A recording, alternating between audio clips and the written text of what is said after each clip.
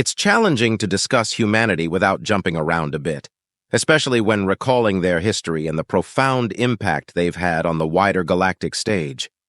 They have accomplished so much in ways both awe-inspiring and terrifying that it's difficult to know where to begin. Having already touched upon the brutal conflicts that cemented their place in galactic affairs, it's only fitting to explore the circumstances that led to those defining moments. I find myself in a unique position to recount this period, having lived through it firsthand. However, distinguishing between my understanding of events as they unfolded and the broader historical perspective I have now is no simple task. Nevertheless, I have studied this era extensively and feel well-equipped to provide an account that captures both the major events and the underlying forces driving humanity's collective mindset during that time. Among the many complexities surrounding their history, human psychology stands out as one of the most difficult to grasp. It has long been accepted that intelligence manifests in a multitude of ways. Consider the Pilkme, a species of plant-like beings from a lush garden world. Their way of life is fundamentally different from ours, and their method of communication is unlike anything most species would recognize. They do not speak as we do, but instead they bend and fold their fronds in intricate patterns, releasing specialized pollen that carries meaning. To an outsider, their conversations seem impossibly slow. What might take other species minutes to say can take the Pilkme weeks to fully express. Yet despite their pace, their intelligence is undeniable. This diversity of thought and expression made humanity's reaction all the more striking when they discovered that many of the plant species on their homeworld, Earth, also possessed sentience. The revelation shocked them to their core. Even though they had already begun transitioning away from large-scale deforestation in favor of advanced material synthesis, the knowledge of what they had unknowingly done weighed heavily upon them. They were horrified, and perhaps more uniquely, they sought to make amends. This concept of reparation, while familiar to humanity due to their own turbulent past, was something that much of the galaxy had never truly embraced. You might think I'm delaying my discussion of human psychology because of how complicated it is, and you wouldn't be entirely wrong. However, even these seemingly unrelated details, such as humanity's reaction to the sentient trees, serve to highlight a key aspect of their nature. They are a species forged in conflict, honed by hardship, and driven by an insatiable will to survive. Their history is steeped in violence, their competitive spirit unparalleled. No one could truly fault them for it. Such is the reality of life on a death world. The phrase they use, survival of the fittest, captures the harsh reality of their upbringing. They rose to dominance not through cooperation alone, but often at the expense of their own kind, climbing ever higher by any means necessary. Yet paradoxically, the same species capable of ruthless ambition also displays an extraordinary capacity for remorse and restitution. If a human believes they have committed an act of great wrongdoing, whether in the heat of battle or in the pursuit of progress, they may go to extreme lengths to set things right. Astonishingly, this behavior sometimes extends across generations, with descendants striving to atone for the transgressions of their ancestors. To many, this might seem illogical, even naive. But when one begins to truly understand the intricate nature of humanity, it becomes clear that this duality, their capacity for destruction and their relentless drive to heal what they have broken, is what makes them one of the most fascinating and unpredictable species in the known universe. Humanity possesses perhaps the most adaptable brain in the known galaxy. It is their greatest evolutionary advantage. At first, this adaptability served as a means of survival on their harsh homeworld, but once they had conquered the challenges of their planet, they turned this trait toward mastering the arts, sciences, languages, and even athletics. No matter the endeavor, humans approach it with an innate drive to refine and improve. Their bodies exhibit a phenomenon known as muscle memory, allowing them to react instinctively to stimuli without conscious thought. More intriguingly, they possess a highly developed subconscious, which operates beyond the standard autonomous functions seen in most sentient species. Given their ability to alter themselves at an individual level, it's only logical that they also possess mechanisms for evolving as a collective. This is the true catalyst behind humanity's meteoric rise on the galactic stage. Their relentless need to understand new realities, their primal drive to overcome challenges, their deep-seated desire to shape a legacy they can take pride in, and their unexpected inclination to rectify past misdeeds, these qualities, among many others, formed the foundation of their unlikely ascent. Speaking from experience, their transformation from a fractured world of competing nations and ideologies into a unified galactic entity, a coalition encompassing not just humans, but a multitude of other species, was an outcome that no one, not even the humans themselves, could have foreseen. And yet, in hindsight, it seems inevitable. What else could result from a species that combines the instincts of a predator with empathy, intelligence, and a moral compass? In what other environment but a death world would such creatures need to develop both ferocity and cooperation in equal measure? Now, consider what happens when you take a species that had been advancing its own technology at an exponential rate for centuries, that had successfully intercepted and studied an advanced alien probe before making first contact, and then you provide them with an infusion of superior technological knowledge. To say that humanity was relentless in its efforts to understand and utilize the data we shared would be an understatement. Their concept of hackers, individuals capable of extracting information from digital systems in ways no one could anticipate, was unlike anything the galaxy had ever encountered. No, humanity's insatiable thirst for knowledge, their reckless curiosity, and the technological windfall they received reshaped their civilization within a single decade. Their industries, their methods of refinement, their entire educational framework. Every aspect of human society underwent a radical transformation as they absorbed not only the information we provided, but also the vast stores of knowledge they were granted access to. And yet, they remained easy to underestimate. The first 100 starships they fitted with faster-than-light drives met with disaster. Some exploded the moment they attempted activation, others tore themselves apart upon emerging from FTL space, and in one particularly catastrophic incident, a malfunction while in transit led to the complete annihilation of an entire star system. The VSP-03 system, previously marked for colonization by the Velipertari, was reduced to an event horizon, much to the dismay of the incoming settlers who arrived at their supposed new home, only to find a newborn black hole in its place. Fortunately for humanity, they were still protected under the Galactic Accord at the time, which meant that the financial and legal repercussions fell upon the governing races rather than the Terrans themselves. Had they been fully integrated into the galactic economy at that point, the resulting fines alone would have been devastating.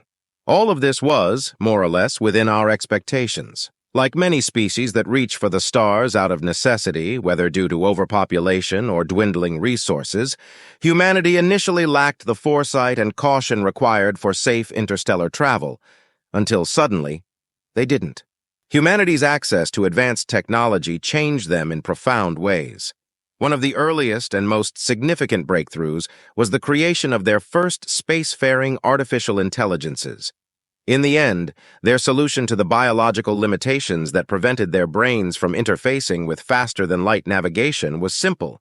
If their minds were incompatible, they would build new ones. These AI constructs were capable of processing vast amounts of data and performing complex calculations in mere fractions of a second. More impressively, each of them was connected to a central supercomputer back on Earth via quantum entanglement, allowing them to learn from past failures in real time. By feeding their AI with data from every previous failed attempt, they ensured that its very first journey was also humanity's first successful FTL voyage. Most of us assumed that humanity would abandon their efforts after losing 10 ships. Many more believed that by their 50th failure, they would be forever trapped in their home system. But no one, none of us, expected them to push past 50 more attempts beyond that. Thousands of human lives were lost in their pursuit of the stars, yet they refused to surrender. When success finally came, it was only fitting that their 101st ship, the first with an AI pilot, was named the USS Memory. It served as both a tribute to those who had perished in their relentless pursuit of interstellar travel and a nod to the AI that had ultimately secured their success. What is perhaps most remarkable is that this AI never turned against them. Historically, very few civilizations have ever developed artificial intelligence that remained loyal to its creators. In fact, the human AI, whom they named Albiona, was the first known example of a non-hostile AI outside those engineered by the Tisan. Since then, humanity has created many more artificial intelligences, all of which remain on their homeworld, Earth, where they interact with both humans and one another. Surprisingly, socialization proved just as critical to their AI as it is for most sentient species, playing a major role in their development. To this day, all human ships remain directly linked to Albiona. It is a comfort for spacefarers to know that their ancient digital companion remembers them, even if they meet their end in the cold void of space. The USS Memory was a research vessel, charting a course toward the TUF-2 system, known to humans as Alpha Centauri. At just 1.34 parsecs from their home system, the distance was insignificant by galactic standards. But to humanity, it was a milestone of unparalleled significance. Through every setback, through every failure, they refused to relinquish their dream of reaching the stars. Their collective hunger for exploration burned too fiercely to be extinguished, no matter the sacrifices it demanded. If only we had understood then what that truly meant. Not all humans were scientists, but nearly all held science in the highest regard. Those who pioneered new discoveries were celebrated as heroes. This reverence extended even beyond their species. Humans readily honored non-human scientists, particularly those who uncovered something unprecedented. This is why so many universal constants now bear human names. Their tradition dictates that discoveries should be named after their first identifier, granting them a form of immortality long before humanity ever discovered a way to defy aging itself. With the creation of their quantum-linked AI, human vessels began to spread across every system within their reach. Even barren star systems devoid of habitable worlds soon found themselves dotted with human outposts, mining stations, and research facilities. No place was too desolate, too empty, or too insignificant for humanity to take an interest in. I once questioned a human about this seemingly indiscriminate expansion. I recall asking why they made a habit of establishing a presence in every system they came across, regardless of its apparent value. The response was a simple shrug, followed by the words, "You never know when it'll come in handy." The way they said it, I almost felt foolish for even asking. If I had known then what those systems would eventually be used for, perhaps I would have felt foolish. But how could I have known? How could any of us? Once their infrastructure was in place, humanity's expansion accelerated at an exponential rate. They colonized habitable worlds, constructed massive space stations in hostile environments, and used these footholds as staging grounds to map and survey even more distant systems. Their early FTL drives were crude by galactic standards, allowing only short-distance jumps between neighboring star systems. Yet even with these limitations, they pushed outward. As their technology advanced, so too did their efficiency. Each breakthrough developed on Earth was swiftly transmitted across human space via their AI-driven quantum networks, ensuring even the most remote colonies had access to the latest innovations. Human organizations known as corporations were granted the freedom to establish their own settlements and operational sites. Their approach to galactic exploration followed a simple, aggressive philosophy: finders keepers. Any unclaimed system was fair game for human pioneers, provided it was not already home to an established sentient species. Once a colony or station was established, the only obligation was to pay a percentage of profits as tax to their central government. Their AI-assisted network played a key role in this process, ensuring instant communication with Earth and immediate registration of claimed resources and celestial bodies. However, one rule was strictly enforced: claims could only be made by those physically present in the system. This policy emerged after an incident where an influx of astronomers attempted to claim entire star systems based solely on telescope observations. Naturally, human expansion did not occur without resistance. They clashed both among themselves and with hostile groups operating in their sector of space. If it wasn't the full-scale conflict with the Vyshtitsk decades later, It was their early battles with the so-called pirate species that first made the galactic community take serious notice of humanity's rise. More specifically, it was how the humans handled these encounters that caught our attention. As is tradition among the Primarch races, the responsibility of monitoring newly spacefaring civilizations is a shared duty. Utilizing Tissian surveillance systems, each of us takes a turn observing emerging species for a period corresponding to one full orbit of the Kithari homeworld around its brown dwarf star, the standard measure for universal rotational cycles. For any humans reading this account, that is approximately 1.45 of your Earth years. By chance, it was we Surlians who were on rotation when humanity had its first recorded skirmish with raiders from the 2F-54 system. At the time, the system was designated as UPS 382, but I will continue to use its current name, as no UPS systems remain on the galactic registry today. TUF-54 was a star system under the control of the Corva, a species of mammalian hominids that bore a striking resemblance to Earth's marsupials. Like humanity, they had emerged from a harsh and unforgiving world, one that had shaped them into formidable survivors.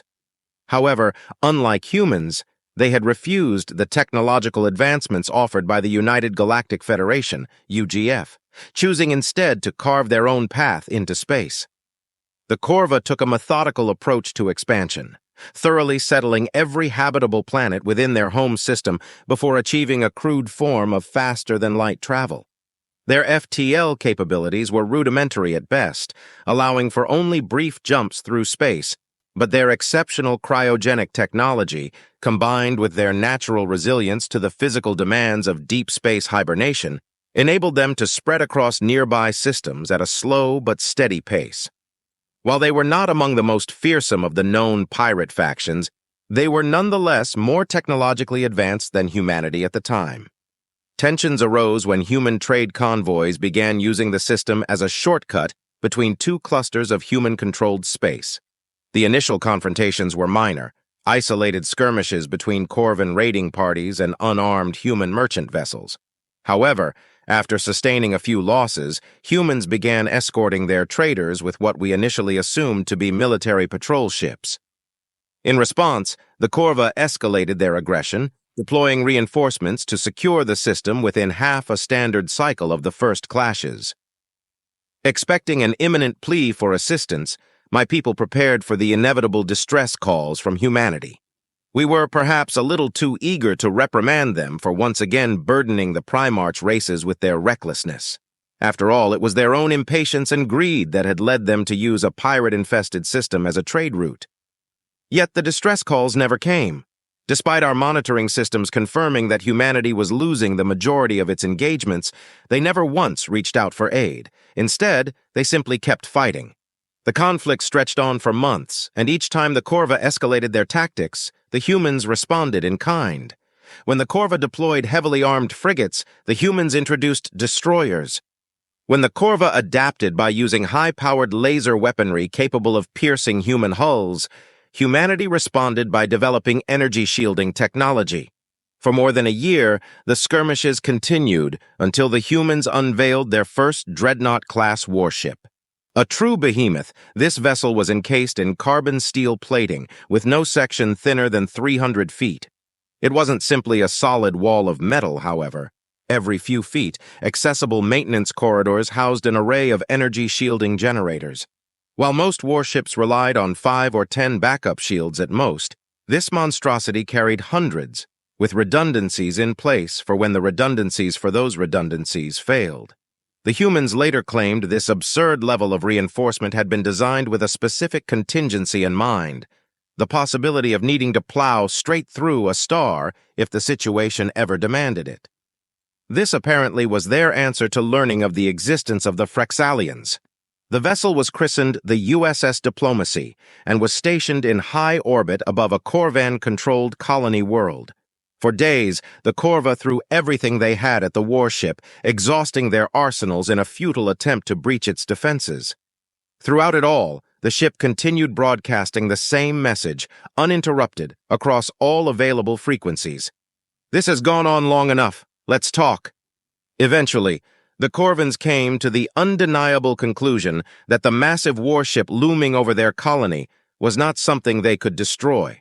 Realizing their attacks were futile, they agreed to negotiate. By this point, humanity had intercepted and analyzed enough Corvan communications for the UGF's standard universal translators to decipher their language with reasonable accuracy. Representatives from both sides convened on a Corvan orbital station to begin diplomatic talks. Several revelations emerged from this historic event. The first was that human diplomacy was far more formidable than anyone had anticipated. The exact details of their discussions remain largely unknown, but what is known is that the humans and Corvans engaged in negotiations for several months. At one point, dozens of Corvan fleets arrived in the system over the span of a few days. Each flagship bore the insignia of one of their high kings, a sight that astounded even the most seasoned galactic observers. It was later confirmed that this marked the first time in generations that all the high kings had gathered in one place.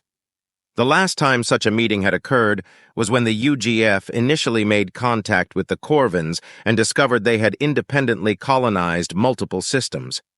Though they had refused membership in the UGF back then, the Terrans evidently made them an offer far more compelling. Convincing a Corvan High King to leave their homeworld is no trivial task. Corvans are inherently distrustful, both of outsiders and of each other.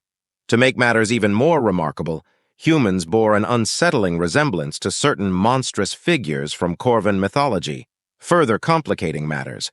And yet, despite all of this, diplomacy prevailed. After months of deliberation, humanity made an announcement that sent ripples through the galaxy. They were now officially known as the Terran United Federation, and the Corvans had chosen to ally themselves with this newly unified power. Not only that, but they had agreed to join the UGF as well. Trade routes were established, technological knowledge was exchanged, and both species discovered unexpected benefits from their newfound partnership. Before long, humans and Corvans alike were settling on each other's worlds. The Corvans contributed their extensive knowledge of pirate factions operating in their region of the galaxy, along with access to their advanced engineering facilities. While the USS Diplomacy had proven impenetrable to Corvan weaponry, their technology still surpassed that of humanity in many areas, particularly in weapon systems, propulsion technology, and, in my opinion, aesthetics.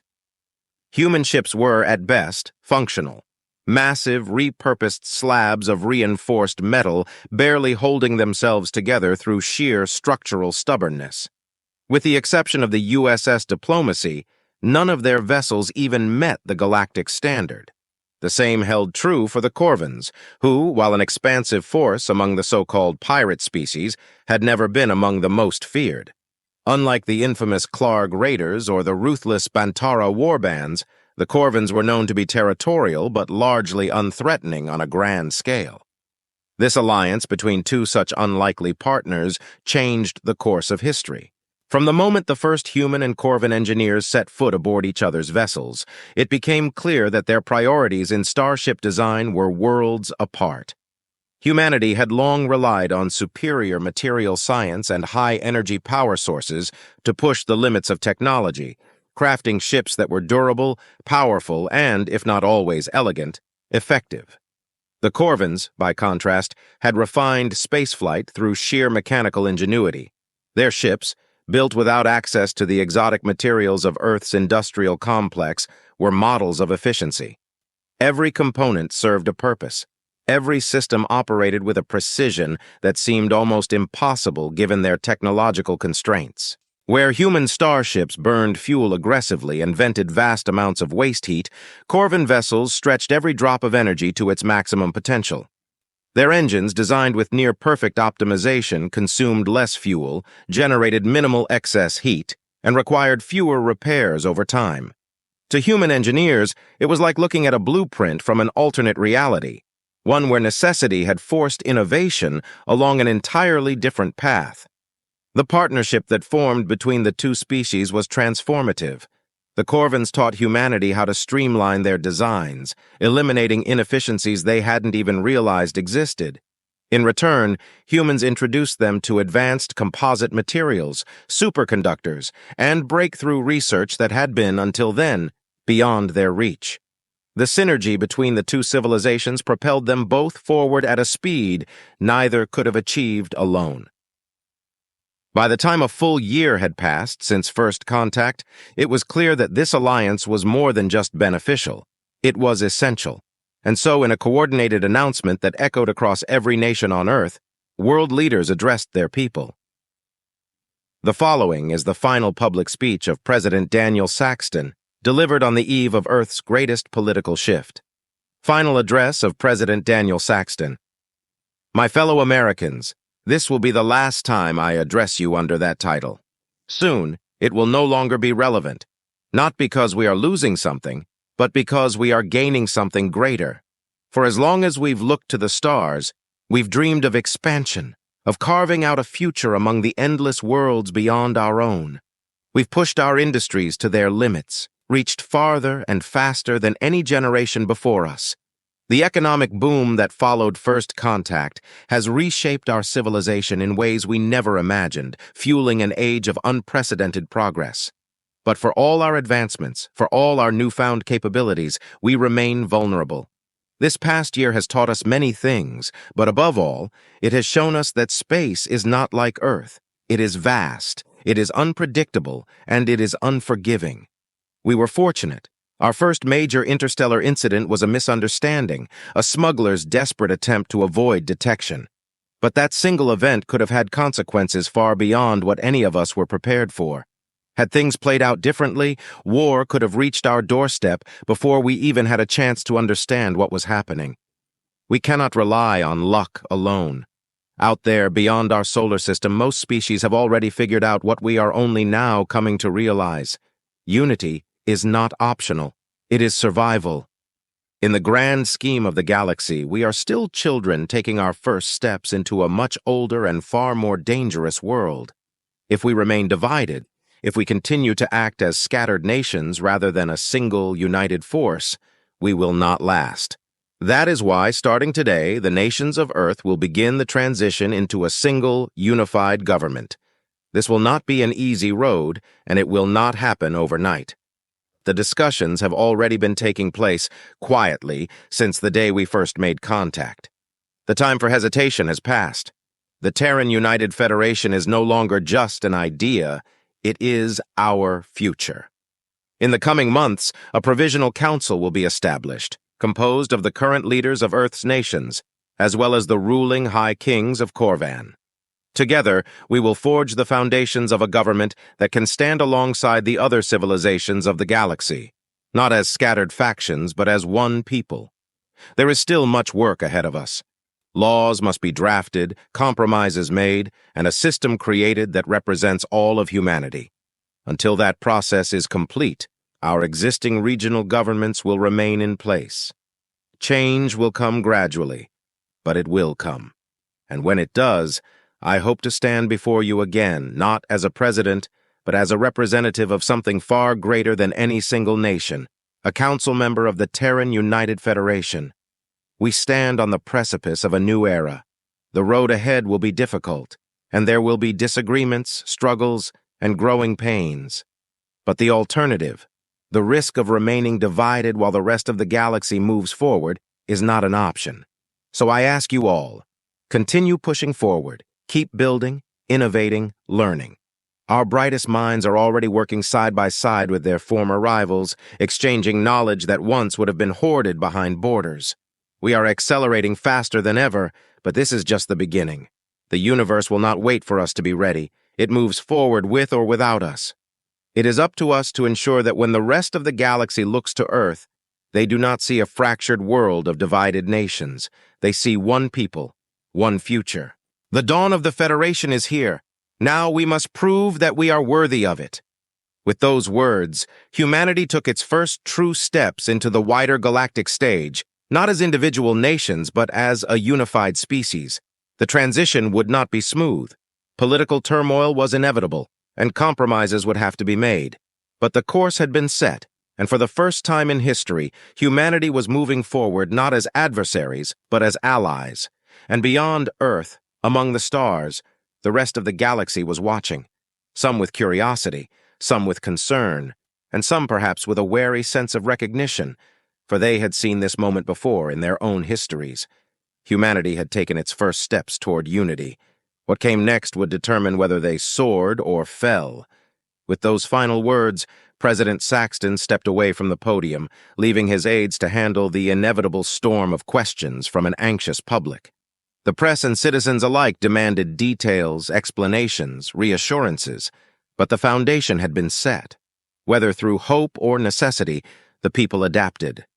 In the years that followed, the Terran United Federation, TUF, took shape, evolving from a fragile coalition into a structured government capable of managing the rapid expansion that had taken the human race by storm.